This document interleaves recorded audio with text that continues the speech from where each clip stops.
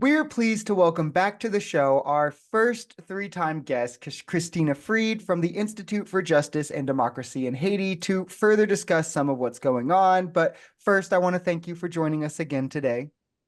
Yeah, thanks so much for having me and for giving this space to Haiti. Really happy to be here. Of course, the pleasure is always ours. So, I do want to talk about the situation in Haiti and what's going on, obviously, very crucial. But some things have happened domestically since the last time we spoke that I wanted to ask you about. The whole Haitians eating pet lie told by our now president, even, and by many others on a lower level as well. Could you give us your thoughts, not just on this lie specifically, but how stereotypes like this in general can be harmful to the Haitian community and culture? Yeah, absolutely. I think the point of the lies that President Trump and Vice President Vance told about Haitians in Springfield was really to demonize majority Black immigrants and to excite a voting base that, it wants to hear this sort of white supremacist rhetoric. And we can be fairly certain that his administration is going to continue, spreading those types of stereotypes, which are really harmful, like you said, to the Haitian diaspora community in the U.S. In the immediate aftermath, we saw Haitians not just in Springfield but across the country being threatened.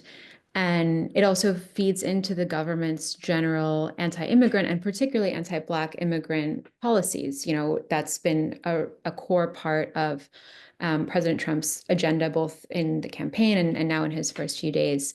And so, it really does feed into that. But I think these kinds of stereotypes are also really harmful in terms of how they actually shape U.S. foreign policy on Haiti more broadly, because the last time Trump was in office, he referred to Haiti itself in similarly racist terms. And I think we can see, that we can expect the same thing to happen this time. And so it's really harmful, both for Haitians here in the US, but also just more broadly for Haiti too. I completely agree. And then, kind of switching over to what's happening in Haiti, I know the last time we spoke now, 6 months ago, we were talking about this transitional council that we were hopeful could lead to fair elections. You guys were talking about like more structured government, these kinds of things. From the summary you sent me, it seems like this might not be the case. Could you kind of give us the rundown on what is going on with this now, 6 months later? Yeah, so a lot of folks were looking at the Transitional Presidential Council, like you said, as a really hopeful moment of opportunity for Haiti to break with a lot of the patterns of state capture and corruption that had defined previous administrations. Um, Unfortunately, like you said, it hasn't really worked out that way. And to give an update on where it is right now, um, so we have the Transitional Presidential Council, or the TPC, which is essentially acting as the president of Haiti through a rotating presidency. And it's been in office since April. The TPC swore in a prime minister shortly thereafter, but it's really struggled to perform its actual functions since then. So, for example, as you mentioned, a core part of the TPC's duties is to prepare the country for elections. Aside from the fact that with insecurity, it's going to be really difficult, if not impossible, to hold free and fair elections. The TPC only succeeded in actually completing the Provisional Electoral Council, which is the body that's in charge of elections, until it only succeeded in completing it on December 4th. And it did so in a way that really brought a lot of controversy in terms of procedural challenges and the lack of transparency, and so really lacks credibility to organize fair elections. Um, the oversight entity that the accord that the TPC is supposed to be implementing has not been formed, neither has the National Security Council. So these are core functions that the TPC was supposed to fulfill and really hasn't at all so far. Um, but then to complicate matters, in November, a new prime minister was actually sworn in and a new set of ministers. And the same day that happened, armed groups attacked, areas that are traditionally strongholds of Haitian resistance and shot at airplanes and really brought the insecurity situation to a new level. So all in all, the transitional government has really been fairly ineffective in terms of improving the situation for Haitians on the ground and also really dysfunctional. And I'm sure we'll get into this a little bit later, but just to give a bit of background as to why this has been the case is that the TPC has 3 out of the 7 voting members on the TPC are members affiliated or people affiliated with the PHTK party, the Parti Haïtien Tête Calais, which is the party that has been in charge in Haiti since 2012 with US support and is really the party that's ultimately responsible for the crisis Haiti finds itself in. And it made its way back onto the council, again, with support of international actors. Yeah, and that is really important, and we'll get into it. I just know, along with the political turmoil, there's also, like you spoke to, the situation on the ground, the humanitarian crisis, the violence, this kinds of things. And I always think it's important to kind of speak on the numbers, the damage in terms of violence, in terms of where the crisis is at. These are things that often don't get covered, at least in more mainstream medias in America. So I like to talk about it where I can. I think in large part, like you spoke to, it's because of the part that America can play in a lot of these things, or how our interference has made it go the wrong way rather than where we thought it would. On the humanitarian side, I saw numbers like 40% of Haitians living in poverty, 5 million food insecure. Could you just kind of dive into what the current humanitarian crisis is looking like or feeling like on the ground? Yeah, absolutely. So, yeah, what we found in our report is that 5.4 million Haitians are facing acute hunger, which is a pretty unprecedented number. And food now actually represents up to 70% of total household expenditures for most Haitians. But that's not to mention that in a lot of situations, there isn't even food really readily available to purchase because the insecurity situation is really creating a situation where food distribution is impacted. Food isn't reaching markets, it's not reaching shelves. On the flip side, in some agricultural areas, food is actually going to waste because farmers are still able to grow the food, but they're just not able to get it to market. So it's really an awful situation in terms of the food insecurity. And about 6,000 people now, at least, are facing starvation, and most of them, if not all, are living in internal displacement camps in the capital. And this is unfortunately not expected to get any better. The UN Office for the Coordination of Humanitarian Affairs expected that it would actually deepen in 2025. Yeah, and you mentioned the displacement camps. That was also part of what I wanted to ask you about. What are like the numbers for casualties looking like, and then displacements as well? Because I know that was a major issue that you spoke about.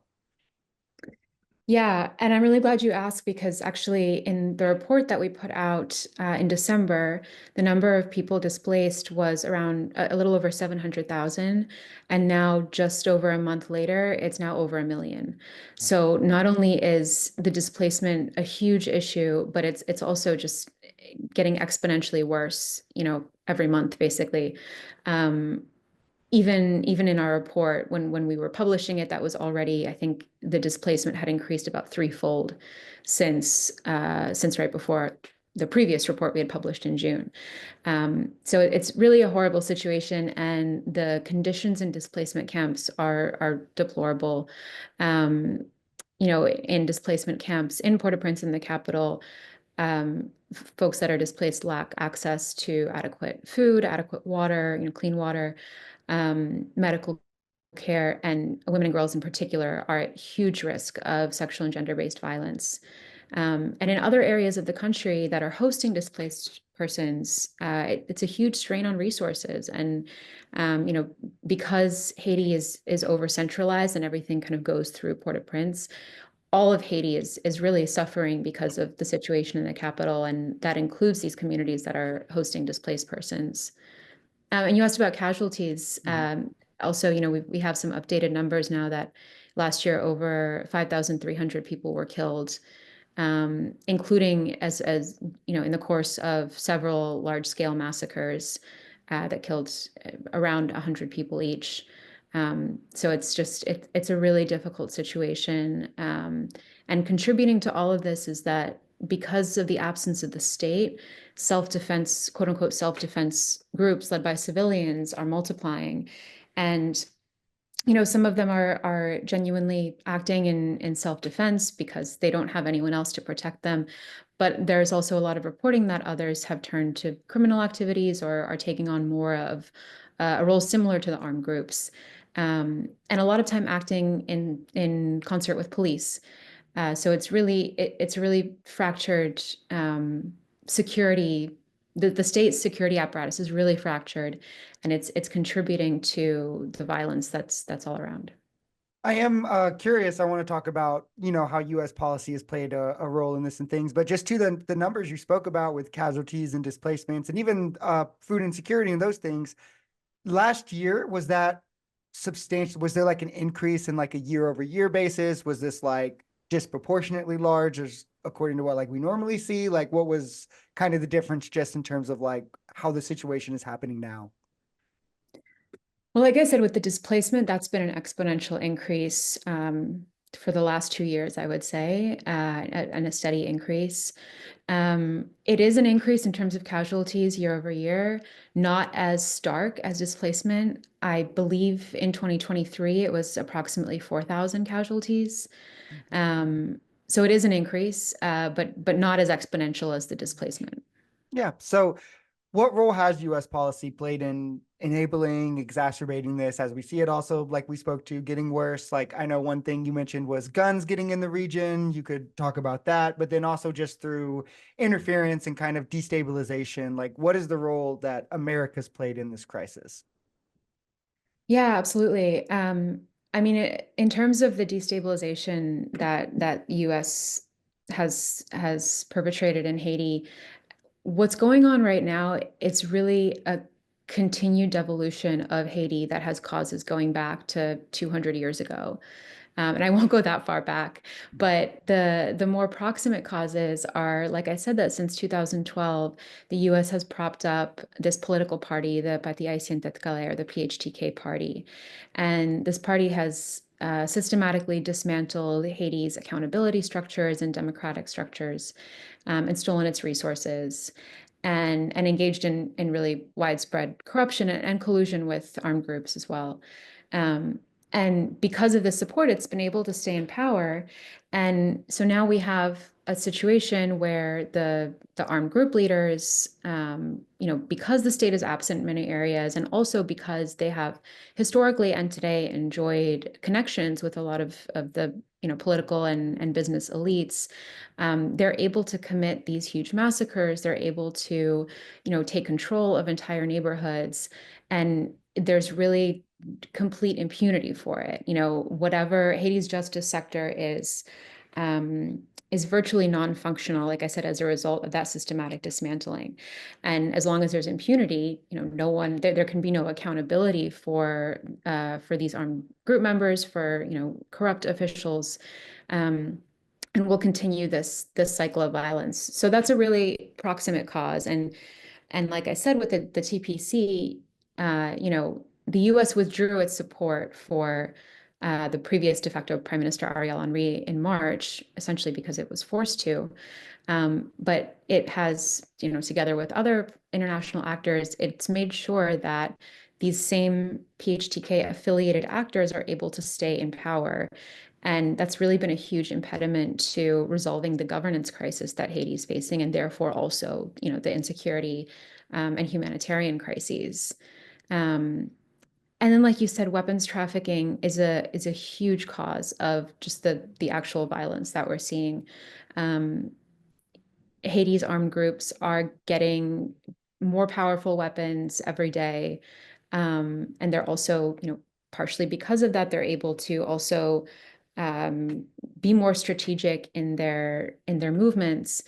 And the U.S. just hasn't done enough to stop it. There's been some legislation, there have been some tracing efforts to recover weapons, figure out where they're coming from, but there just hasn't been enough, and the U.S. has not been implementing these efforts in a particularly systematic way in Haiti in particular.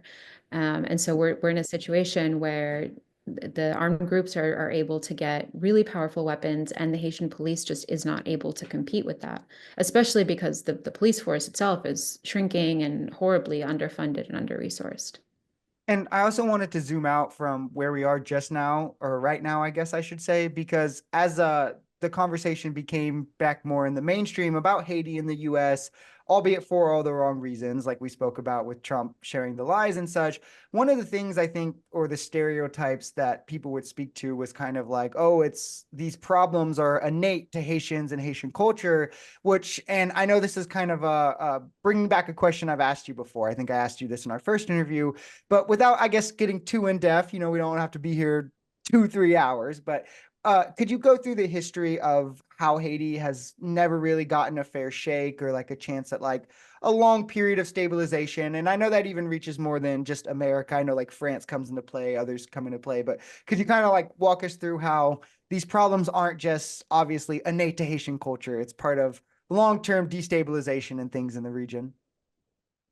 Yeah, and I'm glad that you always ask that question because I think it's a really important one. And despite the fact that I think the narrative around Haiti is slowly shifting in mainstream media, there is still a lot of conversation that paints Haiti as, like you said, just sort of innately problematic for some reason. But if you'll now allow me to go back to those 200 years, Yes. that's really where this starts because Haiti, in its Haiti had a slave rebellion and it was successful. And that was a huge threat to the US and the other colonial powers at the time. Um, the prospect of a stable, prosperous, free Black republic threatened the system of enslavement and colonialism that these countries built their wealth off of. And so immediately afterwards, all of these countries made a really concerted effort to keep Haiti from succeeding. Like you mentioned, a huge part of that was the so-called independence debt that France imposed on Haiti in 1825, Mhm. forcing Haiti to essentially surrounding Haiti with French warships and forcing Haiti to pay a huge amount of money, uh, basically in exchange for recognition of its independence and agreeing not to reinvade. Um, and this was a debt that Haiti didn't pay off for over a century until 1947. And it was forced to then borrow money from other banks, including US banks, to finance it. And the debt forced Haiti, it's what's called the double debt, forced Haiti into this cycle of aid dependence. I mean, most of its money was going towards debt repayment. It wasn't able to invest in its own infrastructure and development. And so it became reliant on foreign aid, which also comes with all kinds of neoliberal conditions in terms of economic reform, things like that. That have really prevented Haiti from investing in social services and building up its state and its democracy. So that's kind of a fundamental reason for why Haiti's in the situation that it's in. But it also made it really vulnerable to outside influence. So, the US too, after Haiti's independence, it refused to recognize Haiti's independence until 1862. So almost 40 years.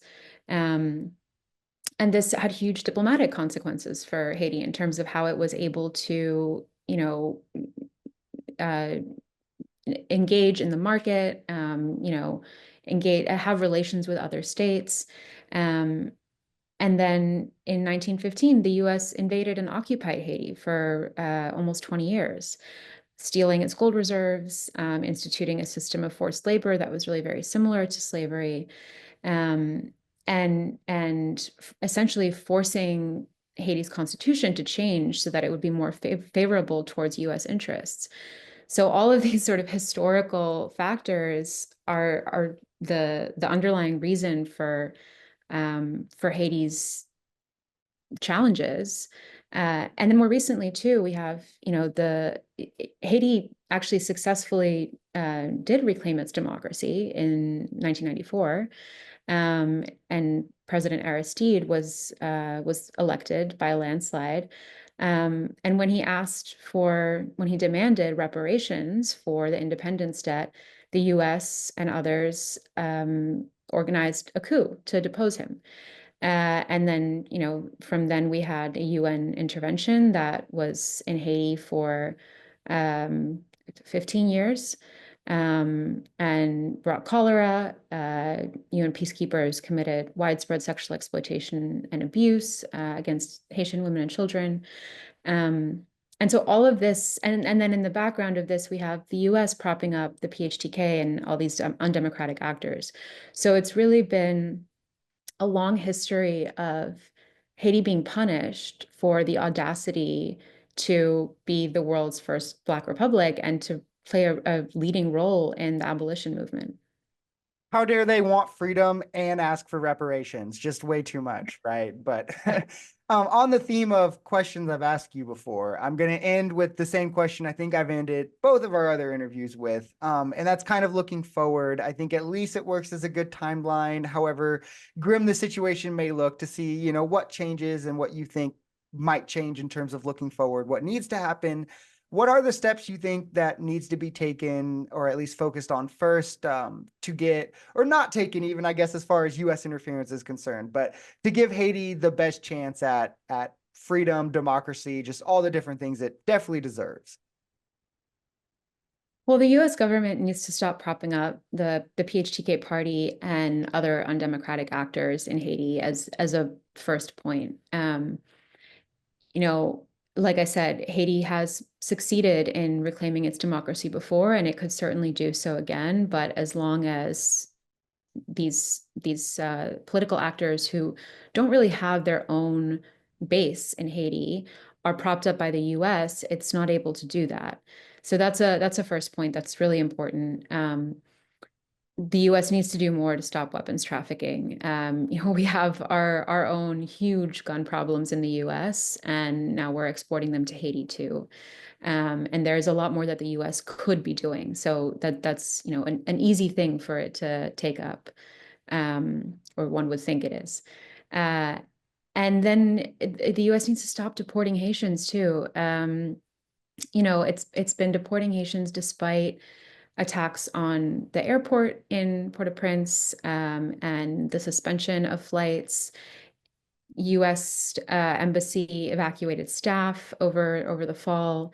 And yet, despite all of this and acknowledging over and over again how difficult the situation is in Haiti and dangerous it is, it keeps deporting Haitians to situations where they are at incredible risk, and also deporting them to uh, Cap-Haïtien, which is a city in the north and not where most of these people are from. So, deporting them to a city that's not their home, where they're then forced to navigate, roads controlled by armed groups to get back to their families who have sometimes already been displaced. That's a whole other conversation, but stopping deportations is a really critical piece. And we've already heard Trump say that he's going to get rid of what protections exist for Haitians already in the U.S., so temporary protected status and the humanitarian parole program. But we would like to see those reinstated for Haitians too. Um, these are the things that the government should be doing, but that's always an uphill battle. But I would say that the rest of us also need to step up and go protest, go call members of Congress, let them know that our policy on Haiti now and in the past needs to change. Um, and for any lawyers out there, to go to court to defend the Haitians who are being deported or otherwise at risk in the U.S. Um, I think it's really hard to predict what's going to happen with the Trump presidency, but we can be fairly certain that at minimum there will be these racist attacks, and race-based persecution, and so we need to be ready to stop that. Yep, definitely. It's grim to say the least, looking forward in America, and I'm sure by default in Haiti as well. But we can hope for the best, and that's the least we can do. I do want to thank you for all the work you do. I guess aside from being on the channel, just for Haiti, but then also for sharing some of your knowledge with us. We love having you on the channel. Like I said, you're now our most consistent guest, so I appreciate that as well. I'm sure now that the election's over, we could figure out a way to get you on the channel more often than just the 6-month intervals that you send the updates. Yeah, that would be great. And thank you for all you do too. It's like I said, it's really great to have the space to be able to talk about Haiti. Awesome. I appreciate you. Well, thanks again, and I hope you enjoy the rest of your day.